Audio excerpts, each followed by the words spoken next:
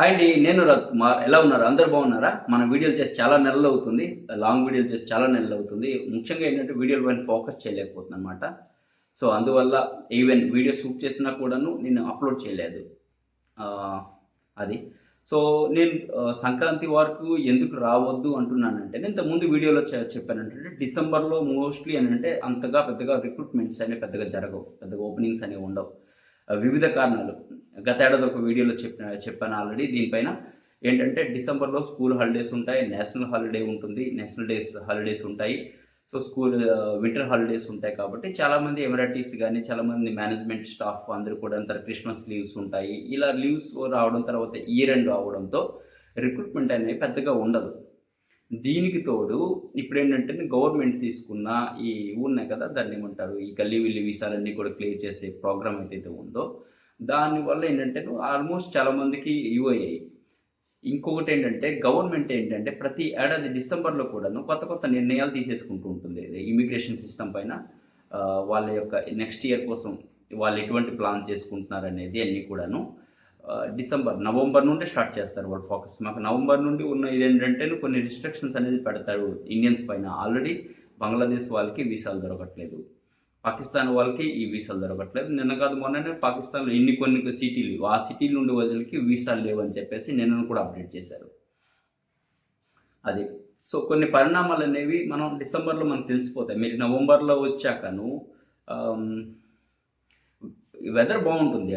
ఏంటంటేను November, December, జనవరి నుండి April, మే వరకు కూడాను ఇక్కడ ఇదే వింటర్ ఉండడంతో జాబ్ వెతుక్కోవడానికి బాగుంటుంది. బట్ ఏంటంటేను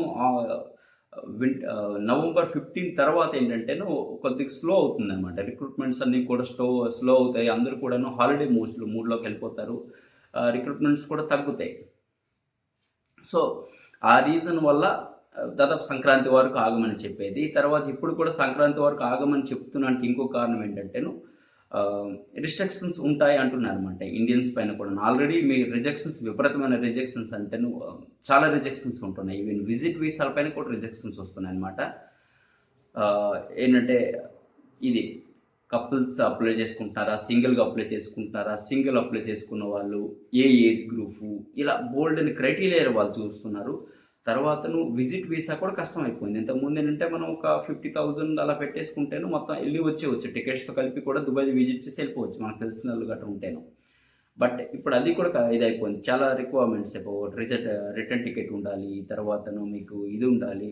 హోటల్ బుక్ అనేది ఉండాలి. తర్వాతను మీకు షో మనీ ఉండాలి. ఏదైతే 3000 దిర్హమ్స్ చూపించాలంటున్నారు ఎయిర్‌పోర్ట్‌లోన. ఇలాంటి బోల్డ్ అండ్ రిస్ట్రిక్షన్స్ అన్నీ కూడాను అన్ని నేషనాలిటీస్‌కి ఇప్పుడు వచ్చేసాయి.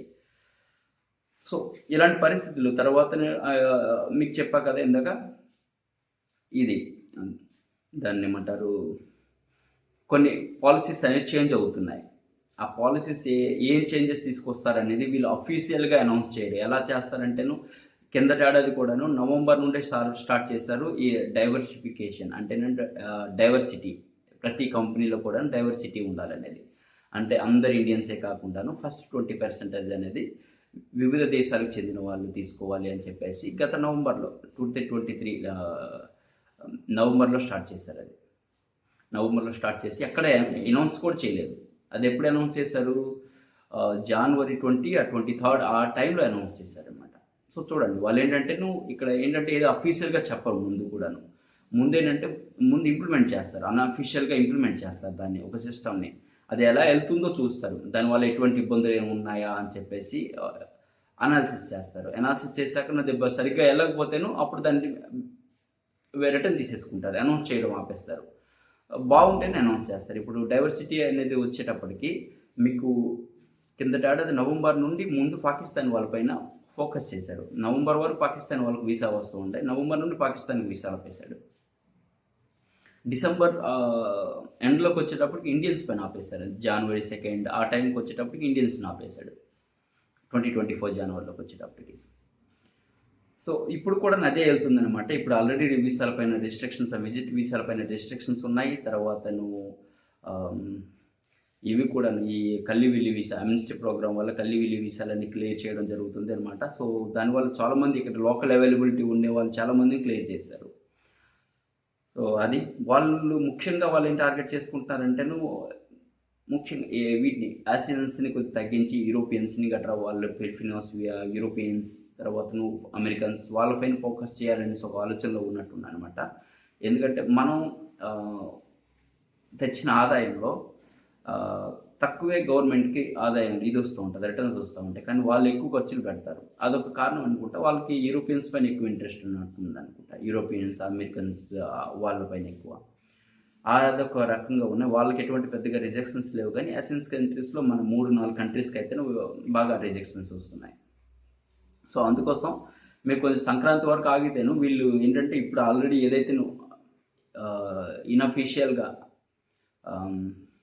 ఇంప్లిమెంట్ చేస్తున్నారో అన్అఫీషియల్గా ఇంప్లిమెంట్ చేస్తుందని కూడాను ఇది సంక్రాంతి తర్వాత 20వ తేదీ ఆ టైంలో ఏంటంటే వాళ్ళు అనౌన్స్ చేస్తారు వాళ్ళ ఐడియా ఏంటనేది. అప్పుడు మనం తెలుసుకుని రావచ్చు. తర్వాత అప్పటికి కూడా ఇప్పుడు ఎవరైతే హాలిడేస్ అన్నీ కూడా క్లియర్ అయిపోతాయి అప్పటికి, తర్వాత ఇవన్నీ కూడా క్లియర్ అయిపోతాయి. ఈ మనకున్న డౌట్స్ కూడా క్లియర్ అయిపోతే వాళ్ళు ఏమనుకుంటున్నారు, ఏం తేవాలనుకుంటున్నారు కూడా. సో స్టిల్ మీకు వింటర్ ఉంటుంది. సో మీరు సంక్రాంతి గట్రా కంప్లీట్ చేసేసుకొని అప్పుడు రావచ్చు. అప్పుడు అది ఇక్కడ ఉండే మలయాళీస్ కూడా చాలామంది ఇప్పుడు 20th తర్వాత ఇప్పుడు మలయాళీస్ అందరు దాదాపు వెళ్ళిపోతారు. మేనేజ్మెంట్లో కానీ మేనేజర్ పొజిషన్లో ఉండేవాళ్ళు చాలామంది మలయాళీస్ ఉంటారు. వాళ్ళు ఏంటంటే క్రిస్మస్ కోసమని 2015 తర్వాత వెళ్ళిపోతారు అన్నమాట ఇప్పుడు.